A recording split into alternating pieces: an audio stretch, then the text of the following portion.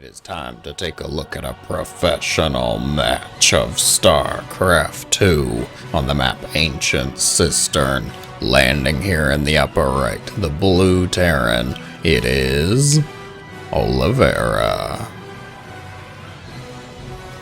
And his terrifying opponent in the bottom right, the red Terran, landing here, it is none other than Mr. Maru. And if you're like Indigos, your UI's off. Why are you using the default UI? That would be because today we're doing something a little different, guys. We will be doing a first-person cast, a viewing and analysis of the actions of Mr. Oliveira here. It is the grand finals. Pardon me, it is the grand finals, the final match of the World Championship. You have made it this far when no one expected you to. No one. Okay, maybe somebody, but realistically nobody picked you to come this far, to be standing up against the monster that is Maru himself. And it's a TvT, so let's just hop right into it. What has Mr. Oliveira been doing? So far, dreadfully standard. The barracks on the high ground, single gas, it's a Reaper expand. Oh yeah, also, high APM warning, guys, obviously. We're looking at their view, their perspective. Of course, you might get a little dizzy. What's our APMs already at? You know, just a clean, crisp 350. Wait. Okay. So, single Reaper expanding onto the low ground here. Marine follow-up, though. Positioning the Reaper. Give the SCV a high five on its way back. Yes. Factory follow-up. You want to get that factory up and going so you can get Hellions quickly in case Maru did not go for the quicker command center. He could have gone for the more traditional Reaper Hellion opener. And just based on the production tabs, timings, I can say, he did go for little more of a normal opener. The command center is a bit quicker for Oliveira. He's also getting a bunker on the low ground. I like it. I like the bunker. Pros and not pros alike have very different opinions on things like static defense. You have some players, like, you know, a little lower, silver, gold, that say missile turrets are a necessity and I need at least 17 of them ringed around my base. Then you have others that say, why would you ever build static defense? It's pointless. You have an army, you need to just use it. Catches the Reaper as it's coming up. Didn't see it coming, but knew that's pretty much where Maru's gonna jump in. The Reaper and the Marine combo should be able to hold that. The bunker and the Hellion on the low ground means that one should be totally safe as well. Depot on the edge of the main base, spotter depot. And try and give you just a little bit more of a warning time in case a drop happens to come in. You don't want to be caught unaware as things completely unload in the fog of war, in the shadows that you cannot see. Opting for a straight siege tank from the factory. He did not go for a Cyclone instead. Okay. And he's going for a Viking first off the starport. Now, you see the medevac on the edge. What's going through your mind? I gotta know. The Viking does go forward, of course. Viking ideal for pushing back that medevac, of course. You see the medevac come out, and my guess, my thought is you say, okay, so you went for a medevac first. That's Maru. Indicating a little bit of aggression, maybe. You can ferry things up into the main. You could move your Hellions around. Oh. Timmy there, the scouting Marine, discovers the siege tank outside the natural. And he responds by throwing down a command center. The confidence. Even though that was a siege tank shot, you know, Maru can't realistically push into the natural without something like a Raven or a Liberator to deal with your own siege tanks. Single Hellion into the base. Very quick with the response times. He scanned Maru's base and looked at it for all of half a second. Probably gathering all of the information he needs, seeing the production, seeing what things are moving, what things are producing. I can tell you I saw Stim was producing. Oh, he finds the E-base in the natural. You can see the +1 then. Now, I don't believe Oliveira's gone for the E-base yet. No. No, engineering base a little bit later. A little bit slower, it seems. He's getting the extra barracks. There's the E-base. Okay. E-base after 6 minutes. Wow. Okay. Begun the scan wars have. Cyclone gonna pick off a Marine. So what are you hoping to do here? Hoping to get... just get some damage? Just pressure? I don't think there's a third. There is a third base. Okay, Maru's already landed the third CC. And you as Oliveira's got to be thinking, should I get mine down? He's making it into an orbital, so you can't float it right now.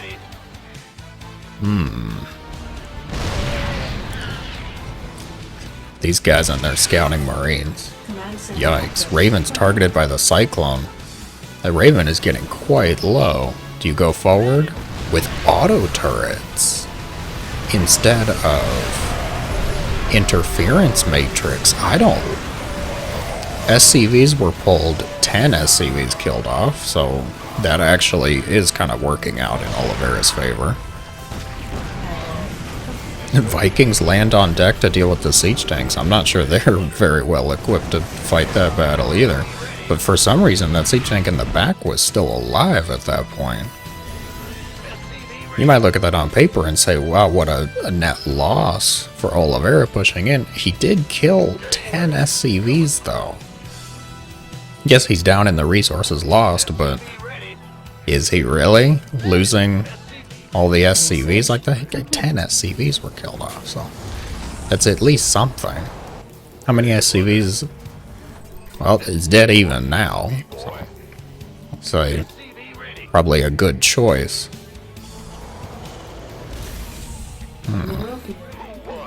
I'm not sure about the auto turrets versus the interference matrix. Interference matrices on the tanks moving in versus auto turrets to try and draw their fire. Tomato, tomato, maybe. The instinctual scan. Maru scanned first to see if he could move into this natural area. Oliveira, a little bit split up. The siege tanks in the natural should be totally fine. He pulls SCVs to repair one of the tanks. Only one of them is licensed to actually be repaired, though. Upgrade complete. The Vikings could land on deck. Oh, Maru's gonna just head out. Maru's picking up. Okay. So then you feel safe. He's got the armory finishing up just now. 1-1, I assume, already done. Vikings waddling away from Marines here. Maru quick with the pickup with the medevacs. Armory finished up. Ooh. Oh, this way. The speed at which he's changing the control groups here. Constant production. Constantly switching back and forth. In case you wanted insights into his control group setup here. Looks like 1 and 2 are used on army. Potential army units. Production's on 4 and 5. Command center's on 6. eBay's on 7. SCV's gonna be pulled off the line here for Oliveira. And he's sending some Marines just across the map. He realizes they can't do much damage here. Maru just gonna flat out evacuate. This was a great call. At some point in the game, in TvT, you recognize Marines aren't wholly useful. There's just too many siege tanks on the board. Keeping a group mobile, keeping a group out on the map could actually be really beneficial. That's what he did right there. Ended up killing 16 more SCVs, which is just brutal, I would say. He's now up on workers. Does he know he's up on workers? We don't know. We may never know that, but either way, 2-2 on the way. +1 for the tanks. And he's just continuing production of Marine, tank, medevacs. Nobody's really committed to Vikings yet. I find that interesting. Nobody's really committed to the air powers just yet. They had their initial Ravens, which it appears they both lost. They both have thrown away their Ravens that they made initially. And the battle has shifted to be much more Marine tank. Taking the 4th base, getting the sensor towers up, scans the base. I don't think you can take that. Seeing the siege tanks move around, setting up, you would need something other than just pure Marine. You can't just run in there and beat them with your strong insults and Stimpack courage. Very quick on starting the +3 attack, I should say.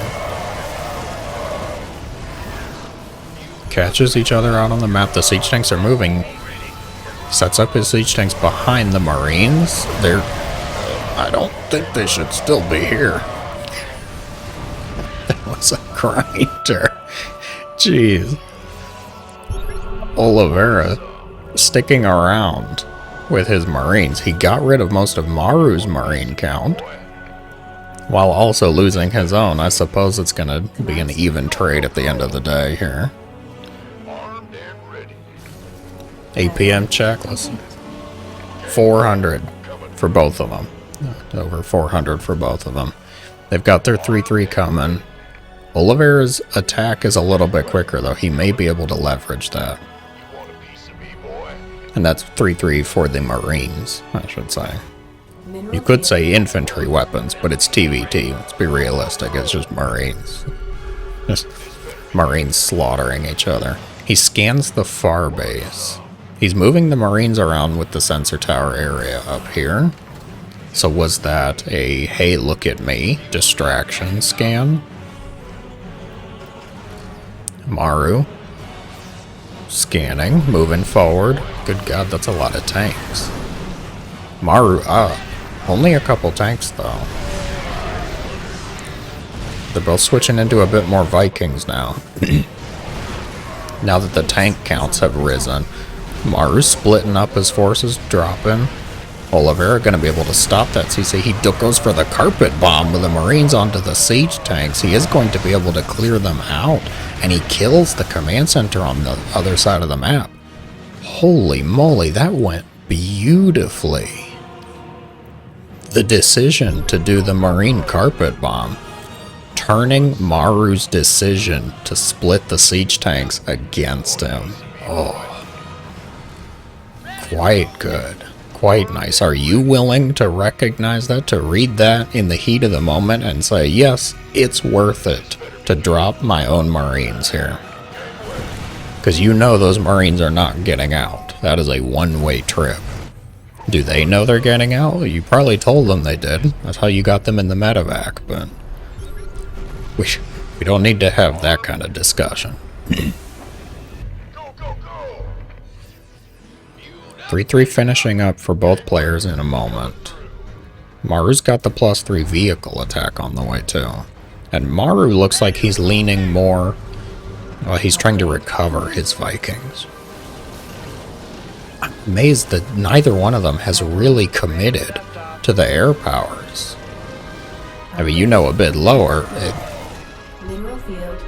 we like to talk, everybody likes to talk about how important air control is in TvT, and that's because of the vulnerability of the siege tank. The siege tank is such a crucial unit, a crucial piece of the puzzle for TvT, that if you have air control, you can deny that. You can get liberators, you can get Vikings to move around, spot for your siege tanks. Maru got the first shot there. But is he going to be able to commit? Is he going to be able to get up that ramp, I wonder? Oliveira is switching into liberators and a fusion core behind this. He's been adding on the extra starports, he's been getting more Vikings, he is up in the Viking count. And Maru researching high-sec auto-tracking. Ugh. You know I like to make fun of people for getting that upgrade, but I only make fun of you if you get that upgrade first. Maru has already gotten everything that he can from the engineering bay. So Oliver is switching up into liberators. He's going for liberator range. Seeing Maru do this drop. Is he just sacrificing Marines? Is he just freeing up supply though? Yes, he is. We can see in the production tab that Maru is replacing those Marines with Vikings, tanks, and Ravens. Catches the siege tank here. But it's just too many Marines. Oliveira actually in position with the rest of his Marines. He's going to be able to deflect that.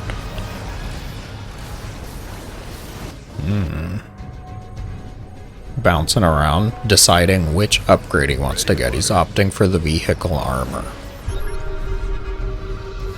Not going for the ship attack, despite, well, building more ships. Going for... Huh. Interesting. Yeah, his +3 vehicle attack isn't done yet. It's finishing up just now. Scans forward, sees, alright, I can go forward a little bit. Maru did not push his tanks up, but he is in position to defend the base.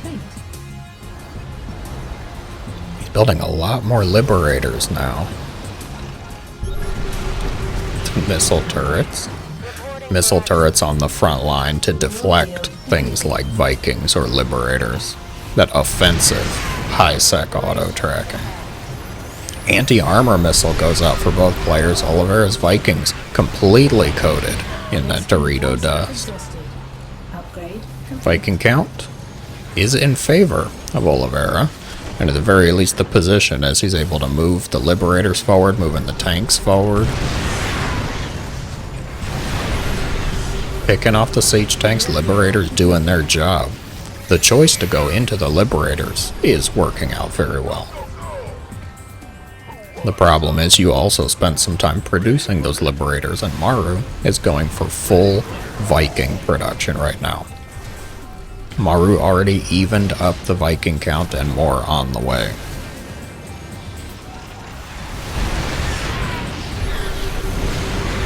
The Liberator's still pushing forward, able to get rid of all the siege tanks. The siege tanks are essentially gone from the position. The orbital command's going to be destroyed, and the SCV's in peril. Oliveira did it. He pushed forward. Slow, careful. He had Liberators at the ready, got rid of the siege tanks. Now where do you go? Do you destroy the outlying base? Vikings trying to move around. Maru does have the Viking count, but Oliveira's Marines in a bit better position to defend things here. With the amount of siege tanks in that natural entrance, I think you do go for this outlying base.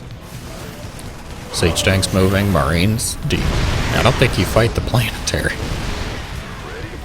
The Liberator trying to deny repairs. The planetary is going to go down. 18 SCVs going down with it.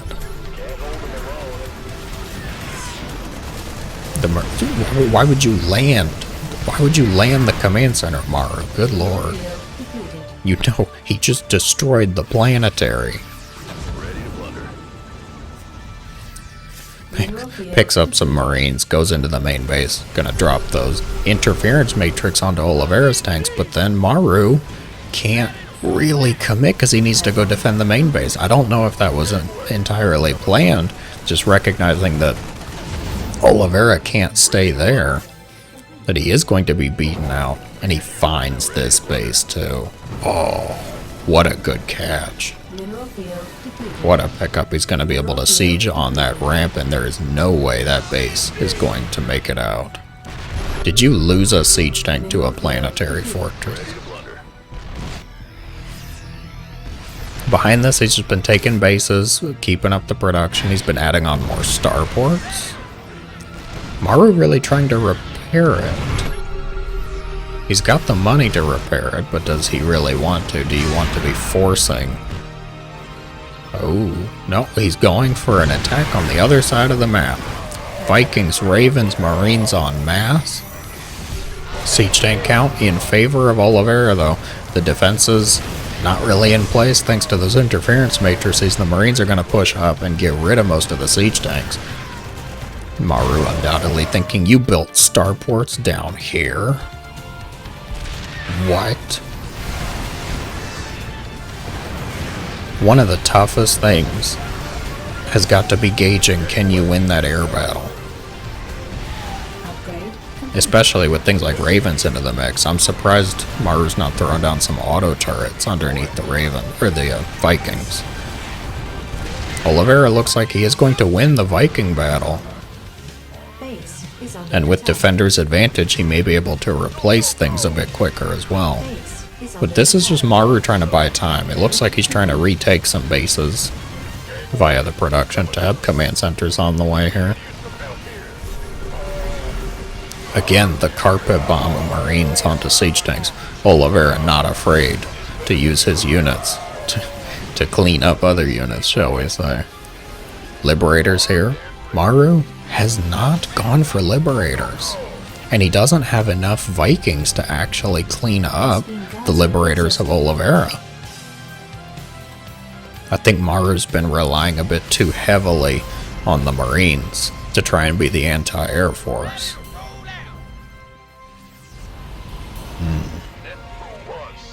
And with all of those bases that were destroyed, Maru's hurting for money, down in resources. Oliveira able to replace things a bit better, a bit more efficiently. Planetary is on that base. You can consider it safe so long as there's no siege tanks. Or, you know, Liberators. But, you know, Maru hasn't been building Liberators. Instead, he's just going to go for it. He just goes to the other side of the map. Maru trying to pull everything up to the main base. There is no wall, nothing keeping these guys out, and he's just going to just pick up and go. He sieged a Liberator on both sides. Outlying bases, you can see the SCV count going quite a bit lower. Maru going to try and defense interference matrices across the board. Marines doing the best they can, but can you actually clean everything up? Yes, Maru is going to be able to clean most of this up.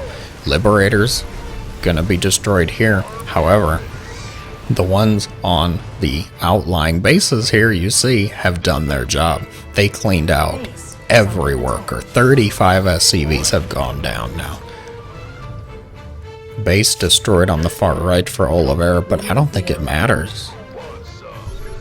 35 SCVs killed off. Oliveira now up nearly 2-1 in workers. Maru, a bit greedy with the bases here. You can't have that base. The decision to just charge into the natural, up into the main base, giving Maru a fire to put out, while at the same time sieging up the Liberators on the outlying bases. That was a kill move. Oliveira looking to be in a good spot with this. He's finally getting high-sec auto-tracking. God, you waited till the 24-minute mark. Gold Terrans have been getting it by the 5-minute mark for years, Oliveira. Do you even know how to Terran? Jeez. +3 ship weapons also on the way. The economy is just so decimated for Maru here. Giving him Liberator-sized fires to put out on the outlying bases again. Viking and Marine's gonna respond, gonna deal with that. Oh, sees the Ravens. Holy siege tank. Maru whipping out 12 siege tanks out of nowhere. He does not have the Viking count though, and he unsieges and goes different ways. Marine's gonna jump on top of them here. Siege tank's gonna set up. Oh god, this is just a mess. Holy moly, guys. It looks like Oliveira's taking it though. The siege tank count is in favor. The Marines have been destroyed, and the game is won. GG going to be called. Oliveira taking the match, slaying the monster that is Maru. And he calls himself a normal man. I don't know. 421 average APM. Oh. A GG well earned and entertaining finals for sure. If you enjoyed, be sure to let me know in the comments down below, guys. Let me know specifically about the first person cast. Is this something you liked? Is this something you hated? All opinions are welcome. Thank you so much for watching. As always, guys, I hope you have a great day.